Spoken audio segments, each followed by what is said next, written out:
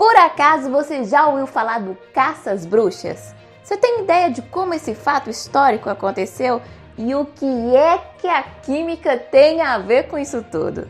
Se você está a fim de entender um pouco mais sobre essa história, então se joga e vem comigo no vídeo de hoje.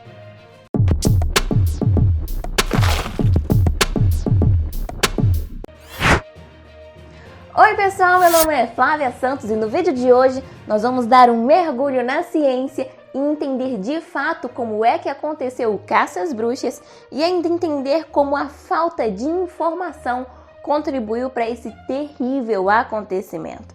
Então fica aqui comigo até o final desse vídeo que você vai entender quem de fato eram as bruxas e o que elas faziam de um jeito bem ilustrado. E aí, vem comigo? Em meados do século XIV até o fim do século XVIII, um grupo de moléculas contribuiu para o fim de milhares de pessoas.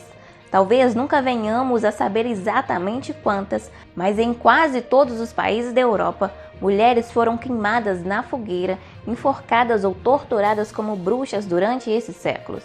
As estimativas variam de 40 mil a milhões. Mas adentrando ainda mais aos fatos, antes de 1350, a bruxaria era vista como uma forma da feitiçaria, uma tentativa de controlar a natureza em seus próprios interesses. Na maior parte da Europa, a bruxaria era aceita como parte da vida e só era condenada se causasse algum tipo de dano. Raramente os bruxos, que eram os grandes conhecedores das ervas medicinais, eram condenados à morte. A bruxaria ela não era uma religião organizada em nenhuma oposição à religião, era simplesmente parte do folclore.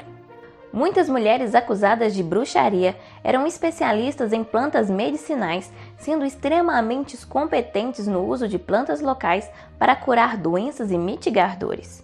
Um grande exemplo é o uso do ácido salicílico, presente nas plantas de salgueiro e rainha do brejo, que são plantas comuns em toda a Europa.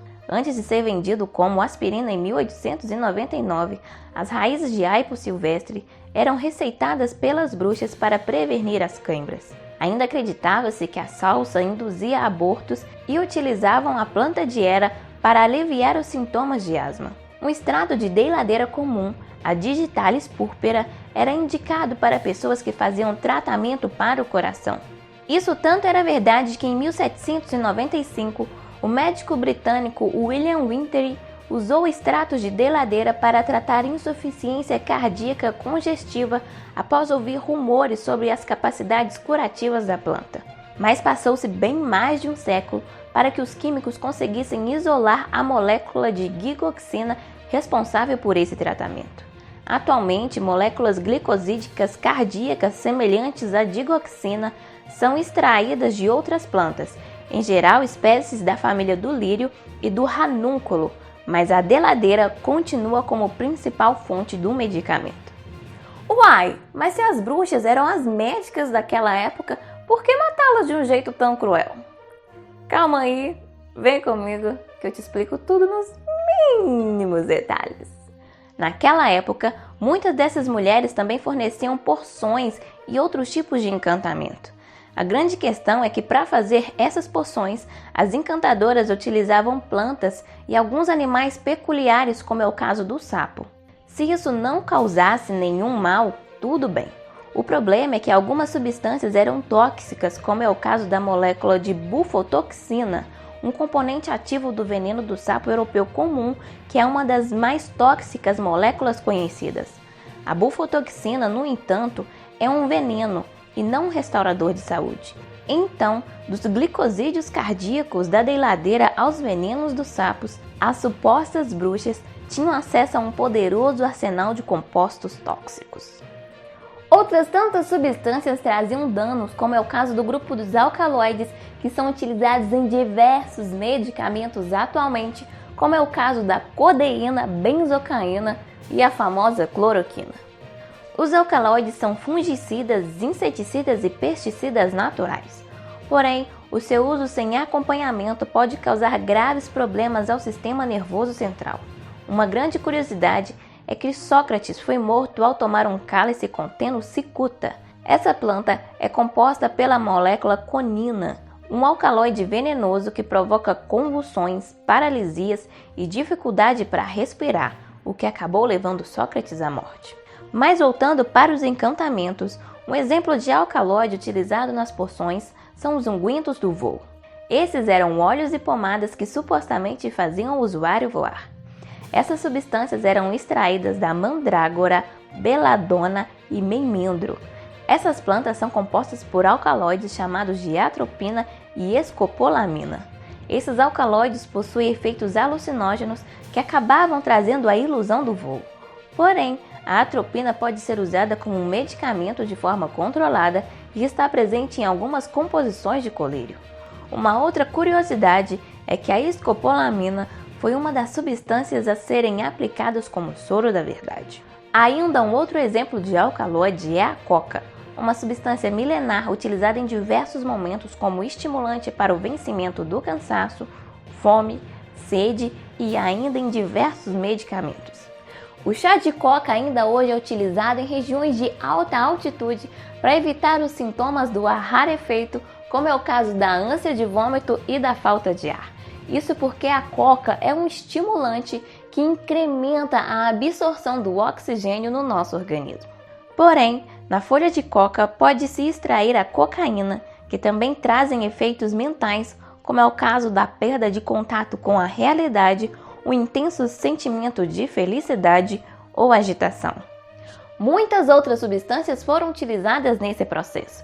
A grande questão é que os efeitos alucinógenos dessas substâncias e a falta de informação sobre elas acabaram levando as pessoas a acreditar que as ditas bruxas conseguiam manipular o presente, mudar o futuro e ainda matar as pessoas com seus poderes sobrenaturais.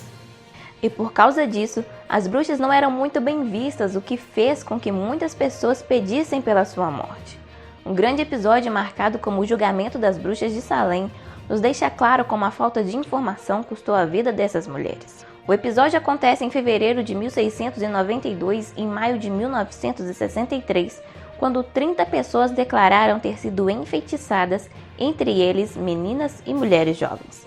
Essas pessoas alegaram apresentar sintomas como confusão mental, perda de consciência, fortes enxaquecas, entre outros.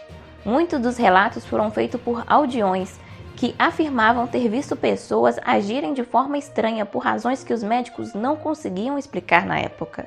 Logo, os sintomas causaram pânico em massa e a única resposta foi culpar a feitiçaria, o que resultou na condenação e morte das bruxas em Salem naquela época.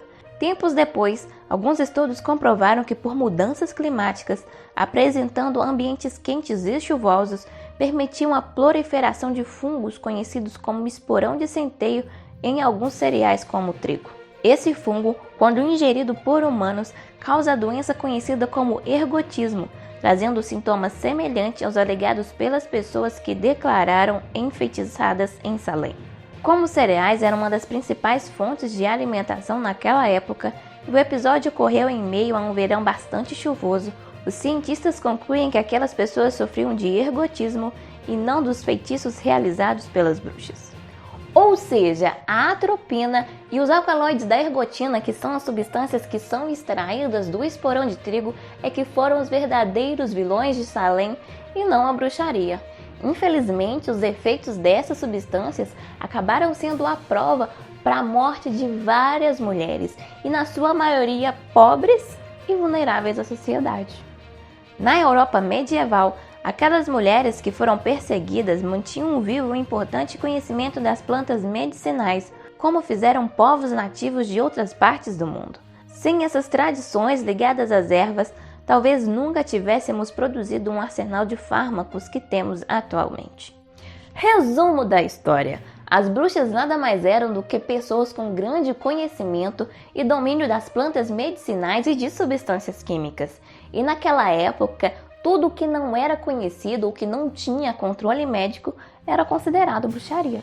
E a grande verdade é que estamos cada vez mais dando menos importância às plantas medicinais e cada vez mais dependentes dos fármacos, mas não ligamos os pontos para entender que se os fármacos existem é porque vieram das plantas. Além disso, a contínua perda das florestas tropicais no mundo, hoje estimada em quase 2 milhões de hectares a cada ano, pode nos privar da descoberta de outros alcaloides que poderiam ser ainda mais eficazes no tratamento de algumas variedades de afecções e doenças. E aí, você já tinha parado para refletir sobre isso? Que tal pegar essa infeliz fatalidade como exemplo e começar a valorizar a ciência e dar a devida importância às nossas plantas e florestas? Fica aqui a reflexão. Deixa eu só fazer um adendo aqui rapidinho. Com certeza tinham pessoas que procuravam a bruxaria para fazer mal, para atingir alguém de alguma forma. E essa é a grande questão. O ser humano é um bicho esquisito e acabam buscando por outros campos espirituais para atingir uma determinada pessoa. E essa é a grande questão. A gente não pode generalizar. Sempre tem dois lados da situação. Existiam bruxas, existiam pessoas que faziam uns trabalhos para atingir pessoas, para tentar fazer o mal para alguém? Existia, mas não eram todas. O que a gente não pode é generalizar. Um dos grandes problemas da nossa época é a generalização, são os extremos. E a gente tem que parar com isso. Então existiam as bruxas que procuravam fazer o mal? Existiam, mas existiam apenas as outras que estavam tentando servir e ajudar as outras pessoas. Então vamos colocar na balança e parar de generalizar, não só aqui, mas em tudo na vida. Fechou? É isso, pessoal. Espero muito que vocês tenham gostado desse vídeo. E se você gosta de mistérios e magias, nós fizemos um vídeo aqui onde eu faço as serpentes de faraó brotarem do chão e ainda faço palitos de fósforo formarem uma estrela sem eu nem encostar o dedo nelas. Então, se você já gostou dessa ideia, é só clicar nesses vídeos aqui do lado. É isso, pessoal. Não esquece de curtir esse vídeo para ajudar na divulgação do canal. Eu te vejo na próxima. Muito obrigada, um beijo e fui!